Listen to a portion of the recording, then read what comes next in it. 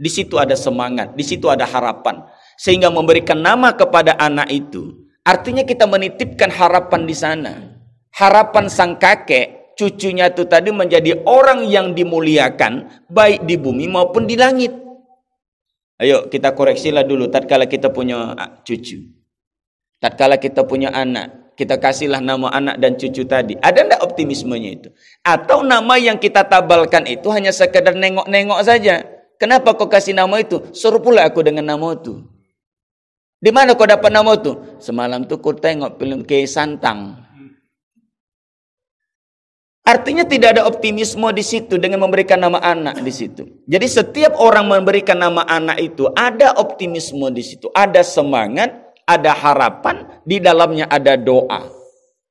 Kan ada harapan.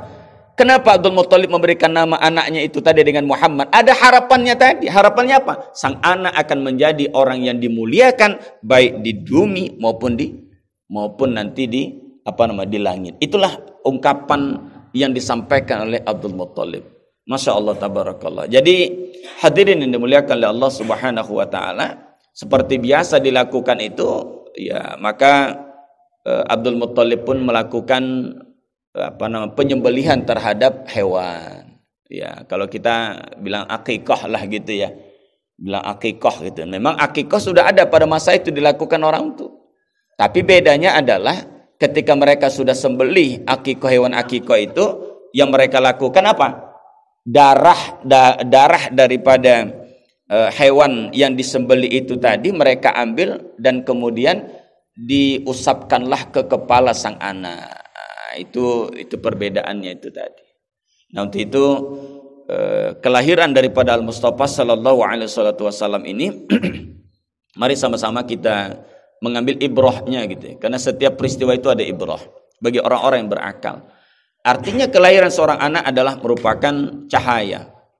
Siapapun kita hari ini punya anak. Saya selalu sampaikan bahwa kita mungkin mengalami satu situasi yang sama menghadapi anak-anak kita hari ini. Masalahnya sama itu ya. Beda rumah tapi masalahnya sama. Nah, lantas terkadang kalau kita tak mampu menghadapi persoalan anak-anak ini kan sering sekali kita stres gitu ya. Maknya stres, ayahnya stres. Lantas apa obatnya supaya kita tidak stres ketika menghadapi anak tadi? Itu tadi, anggap anak itu memiliki cahaya. Artinya kelahiran seorang anak itu adalah cahaya.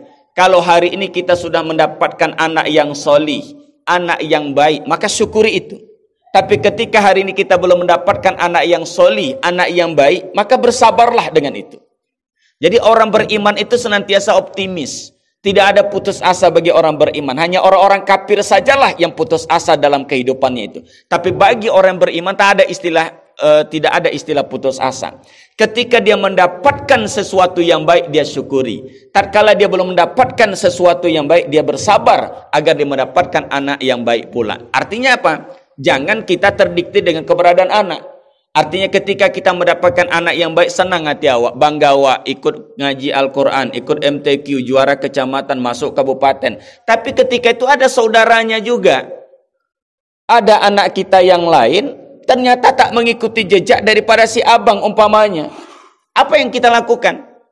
Apakah yang kita lakukan itu adalah sesuatu yang berbeda dengannya? Mengistimewakan anak yang baik, kemudian kita menyepelekan anak yang belum baik. Itu salah, kita tak adil. Karena kan perjalanan itu kan belum selesai sampai akhirnya beliau mati nantinya. Ketika dia masih hidup pasti ada fitnah. Awak kan terkadang begitu, kita terjebak dengan kondisi yang ada. Menengok anak yang baik, puji-puja. Ketika menengok anak yang kurang baik tadi, sepele awak menengoknya. Hak dia pun terkadang tak kita penuhi. Untuk apa kau kasih kau? Begitu kelakuan kau. Tapi kalau anak ini tak diminta pun awak fasilitasi. Bangga betul awak, hati-hati.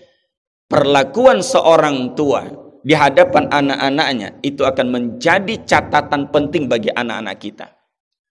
Kenapa? Rumah itu merupakan madrasah kita. Kitalah sebagai gurunya, sebagai orang tua. Anak-anak itu murid kita.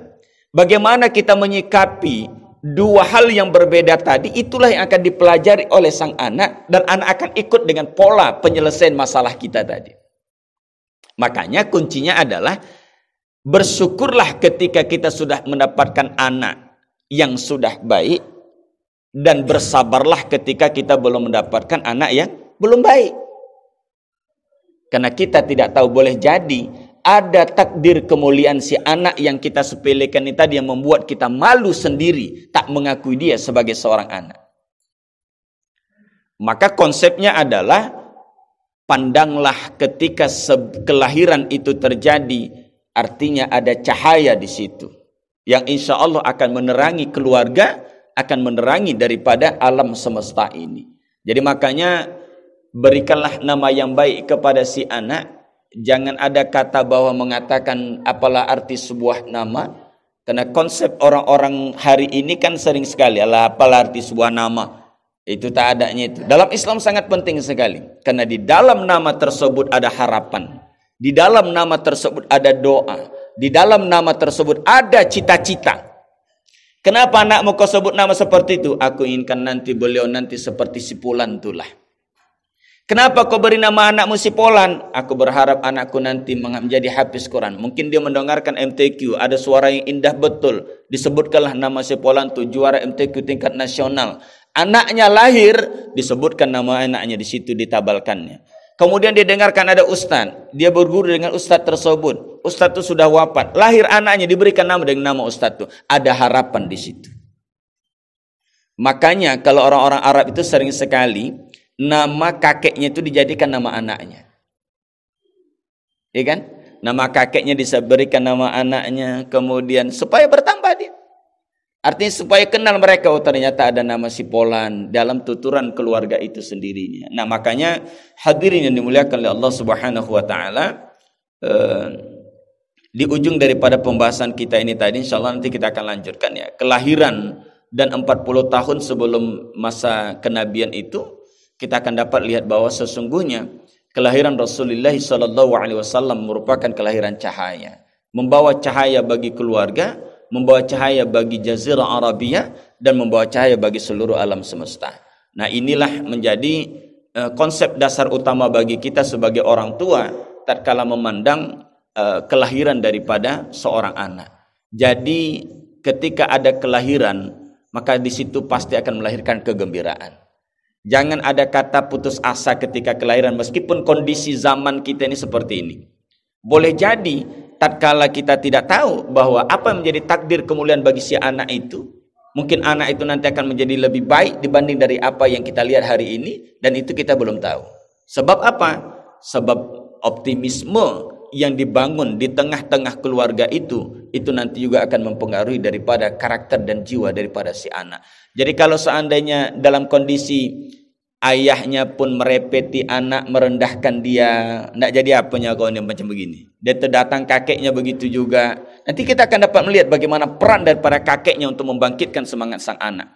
Artinya meskipun dia tak memiliki ayah, tapi semangat lebih daripada seorang ayah itu diberikan oleh sang kakek. Bagaimana kisahnya insya Allah akan kita lanjutkan nanti pada Jumat subuh yang akan datang. Wallahu a'lamu bissawab. Akhirnya di sini sampai pembahasan kita. Semoga Allah Subhanahu wa taala meridhoi ikhtiar dalam dakwah kita ini, sehingga pada akhirnya harapan kita tidak lain adalah Allah lahirkan rasa cinta kita kepada Nabi, dan rasa cinta tadi akan melahirkan sebuah kekaguman, dan kekaguman itu akan melahirkan sebuah semangat kita untuk ikut kepada Nabi sallallahu alaihi wasallam. Amin ya rabbal alamin.